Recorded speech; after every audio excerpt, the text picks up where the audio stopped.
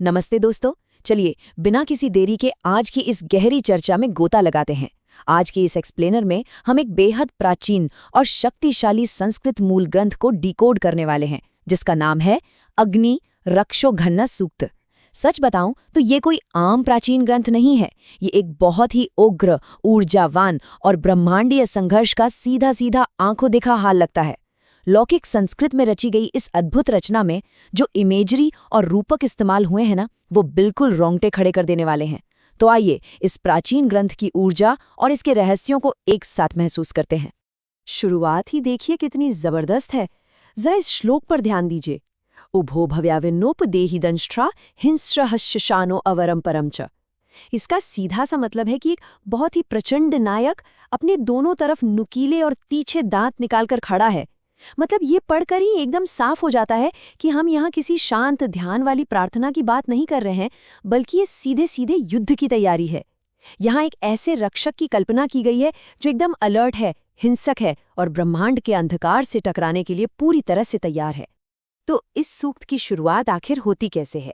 इसकी शुरुआत होती है अग्निदेव के एक बहुत ही उग्र और शक्तिशाली आह्वान से। उन्हें खास मकसद से पुकारा जा रहा है। और यहीं पर एक बहुत ही दिलचस्प शब्द सामने आता है, रक्षोहण। इस ग्रंथ की पहली ही लाइन में कहा गया है, रक्षोहणम वाजिनमा जिघर्मी। अब रक्षोहण का मतलब क्या है? इसका मतलब है राक्षसों या नकारात्मक शक्तियों का पूरी तरह से नाश करने वाला। ये एक शब्द ही हमारे नायक यानी अग्निदेव का पूरा रोल डिफाइन कर देता है।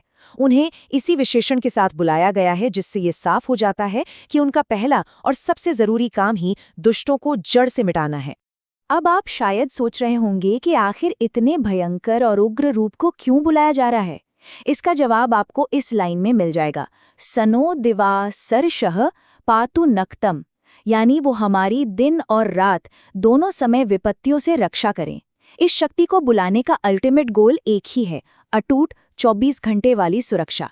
इससे हमें ये भी समझ आता है कि उस समय जो खतरा था वो कितना लगातार और बड़ा रहा होगा, जिसके लिए एक ऐसे रक्षक की जरूरत थी जो कभी न सोए, जो हमेशा प्रज्वलित रहे। अच्छा, रक्षक की बात तो हो गई, लेकिन अब जरा बात करते हैं दुश्मनों की। आखिर वो कौन सी शक्तियां हैं जिनसे इतना बड़ा खतरा है? ग्रंथ में इन्हें यातुधान कहा गया है। अगर हम इसके अर्थ की गहराई में जाएं, तो ये कोई आम दुश्मन नहीं है। ये अंधकार से भरी, मायावी और आसुरी शक्तियां हैं। इन्हें मांस खाने वाले और सच्चाई को दूषित करने वाले के रूप में दिखाया गया है।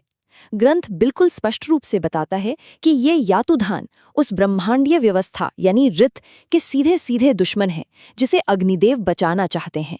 एक तरह से ये सत्य और असत्य की लड़ाई है। तो ये यातुधान आखिर निशाना किसे बनाते थे? ये असल में पूरे कृषि जीवन और उस समय के समाज के बैलेंस को बिगाड़ रहे थे। ये घोड़ों को, गायों को और उनके दूध को नष्ट करते हैं। यहाँ तक कि पौरुषेण क्रविशा, यानी ये इंसानों के जीवन के लिए भी बड़ा खतरा है। लेकिन सबसे बड़ी बात जो टेक्स्ट में है वो ये कि ये देवानामृतम धूषयंती, यानी देवों के सत्य और उनके यज्ञ को अपवित्र कर रहे हैं। तो ये सिर्फ एक फिजिकल लड़ाई नहीं है, ये शुद्धता और अपवित्रता के बीच का एक बड़ा कॉस्मिक क्लैश है। अब जब खतरा इतना बड़ा है तो जाहिर सी बात है कि उसका सामना करने का तरीका भी उतना ही प्रचंड होना चाहिए। अग्निदेव के हथियार और उनका दंड देने का तरीका सच में हैरान करने वाला है। यहाँ टेक्स्ट में एक बहुत ही गजब का कॉन्ट्रास्ट देखने को मिलता है।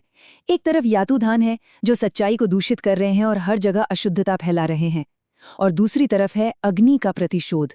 अग्नि यहाँ कोई साधारण हथियार नहीं चुनते हैं। उनका बदला असल में एक प्यूरिफिकेशन या शुद्धिकरण की प्रोसेस है। वो त्वचा को भेद कर अपने दिव्य ताप से अशुद्धता को जलाकर राख कर देते हैं। ये एक काव्यात्मक विरोधाभास है। अपवित्र कामों का जवाब अग्नि की सबसे शुद्ध लेकिन सबसे विनाशकारी ताकत से दिया जा रहा है। और जरा इस दिव्य शस्त्रागार पर एक नजर डालिए। इस युद्ध में कैसे कैसे हथियारों का जिक्र है। लोहे के धधकते हुए दांत, अयस्मष्ट्रो अर्चिषा। लेकिन जो सबसे ज्यादा फैसिनेटिंग है वो है वाचा शल्या, यानी ऐसे बाण जो शब्दों या मंत्रों से बने हैं। जरा सोचिए, वाणी और अग्नि दोनों मिलकर कैसे विनाश का टोल बन जाते हैं। इसके साथ ही आसमान से गिरती हुई बिजली, अश्नेहा का भी वर्णन है। ये सब मिलकर पूर्ण विनाश का एक ऐसा दृश्य बनाते हैं जो एकदम हॉलीवुड की किसी एपिक फिल्म जैसा लगता है। अब इस लाइन की कठोरता को महसूस कीजिए। अग्ने त्वचम यातु धानस्य भिन्धि तेषाम शीर्षाणि हर्तासिपि रिश्च। यहाँ कोई माफी नहीं है, कोई समझौता नहीं है।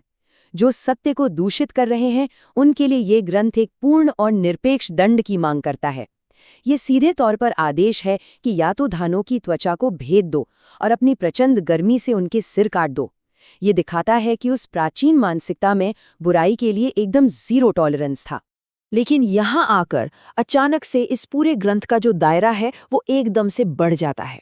बात सिर्फ उग्र युद्ध की नहीं रहती, बल्कि एक सामूहिक रक्षा की हो जाती है। यहाँ एक बहुत ही रोचक मोड़ आता है। सनो देवः सवितारः सनो मरुतः जैसी लाइनों के साथ सिर्फ अग्नि ही नहीं बल्कि देवताओं का पूरा समूह रक्षा के लिए आगे आता है। सविता, मरुत, अर्यमा, वरुण और मित्र, ये सब मिलकर एक मल्टी लेयर्ड डिवाइन शील्ड यानी एक बहुत ही मजबूत सुरक्षा कवच बनाते हैं। इससे हमें ये समझ आता है कि बुराई को हराने के बाद सिस्टम या व्यवस्था को बनाए रखने के लिए सभी सकारात्मक शक्तियों को एक साथ मिलकर काम करना ही पड़ता है। और आखिर में ये सब कुछ किस लिए किया गया? इतनी बड़ी लड़ाई का मकसद क्या था? इसका पूरा सार इस एक लाइन में छिपा है, शं नो भव द्विपदे शं चतुष्पदे, यानी हमारे सभी 2 पैरों वाले और 4 पैरों वाले जीवों को शांति मिले। इतने उग्र युद्ध, मंत्रों के बाण और प्रचंड ताप के बाद आखिरी इच्छा सिर्फ और सिर्फ शांति और सद्भाव की है। ये बात एकदम साफ कर देती है कि इस ग्रंथ का असल मकसद कोई हिंसा नहीं है, बल्कि उस हार्मनी और बैलेंस को वापस लाना है जिसे यातुधानों ने तोड़ दिया था। तो इस पूरे एक्सप्लेनर के अंत में हमारे सामने एक बहुत ही गहरा सवाल खड़ा होता है। अंधकार के ऊपर प्रकाश की ये विजय क्या आज भी प्रासंगिक है? ये संस्कृत ग्रंथ भले हजारों साल पुराना हो, लेकिन सच्चाई को दूषित करने वालों के खिलाफ लड़ाई और आखिर में शांति की कामना, ये चीजें टाइमलेस हैं।